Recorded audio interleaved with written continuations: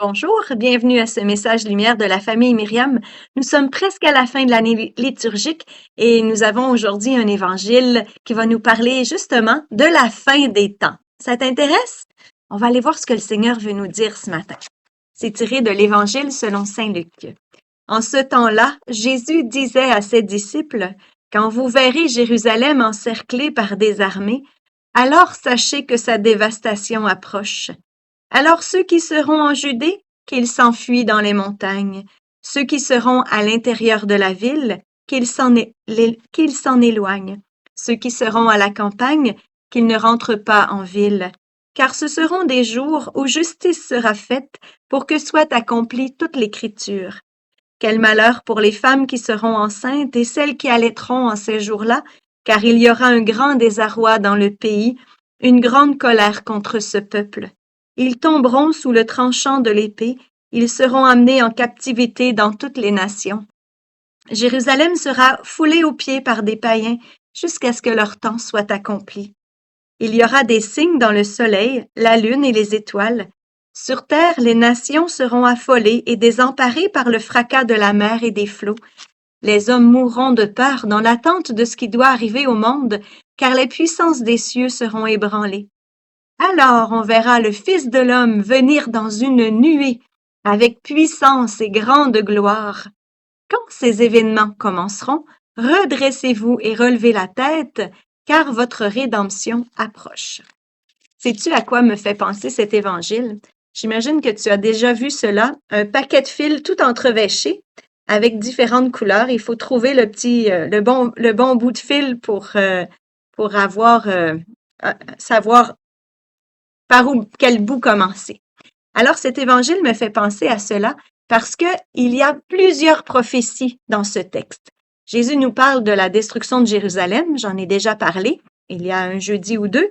Ensuite, il nous parle de la fin des temps, il nous parle du temps où nous sommes aussi, et puis il nous parle de la fin. Voilà. Alors, c'est très intéressant, mais j'ai choisi aujourd'hui de regarder la dernière phrase. Quand ces événements commenceront, redressez-vous et relevez la tête, car votre rédemption approche. Je me suis dit, il y a sûrement une clé très intéressante parce que pour nous aujourd'hui, le Seigneur veut nous parler. Redressez-vous. Alors, qu'est-ce qu'on doit redresser? Notre corps, hein? Tout à fait le contraire d'être replié, accroupi, à cause de la peur. Hein. Quand on a peur, on se met, voilà, on s'accroupit, on se cache. Le Seigneur nous dit, redressez-vous, mettez-vous debout, que votre corps soit droit. Alors, c'est la confiance. Le Seigneur vient nous dire le premier mot, confiance. Et qu'est-ce qui va nous aider à nourrir notre corps, à le garder debout? Ben, c'est le corps du Christ, c'est l'Eucharistie.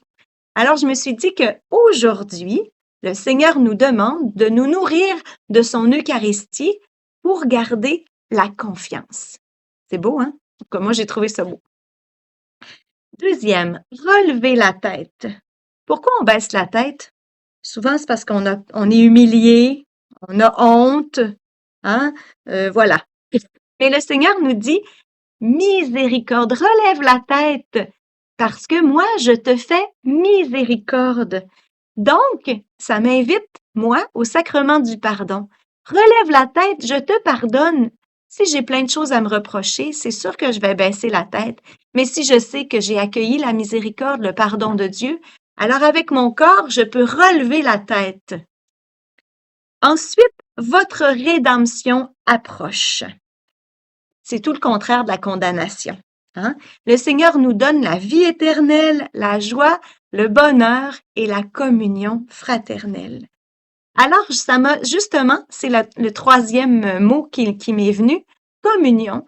Essaie de vivre dès maintenant dans l'unité avec tes frères. Hein? Essaie de garder un climat de famille autour de toi, d'accueillir, de les accueillir comme ils sont, de faire famille avec eux pour faire l'Église. Hein? Jésus, il nous donne son Église, alors c'est aussi à nous de la bâtir. Et il y a les 4 piliers qu'on retrouve dans le catéchisme de l'Église catholique, les sacrements, j'en ai parlé dans les 2 premiers points, la prière, naturellement, les commandements de Dieu et puis le credo, la profession de foi. Alors, nous sommes invités déjà à s'émerveiller parce que Jésus est dans l'Église et c'est là qu'on le trouvera aussi. Alors, on n'a pas besoin d'aller ailleurs, on n'a pas besoin de craindre, hein?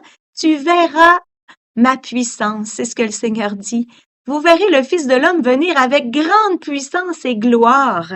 Alors, tu verras ma puissance, elle est dans l'Église et elle est cachée dans mon mystère mort-résurrection, dans mon Eucharistie. Alors, c'est là que tu me trouveras. Je trouve que cet évangile est très encourageant. Confiance, miséricorde, communion. Je te souhaite une belle journée. Au revoir et à demain.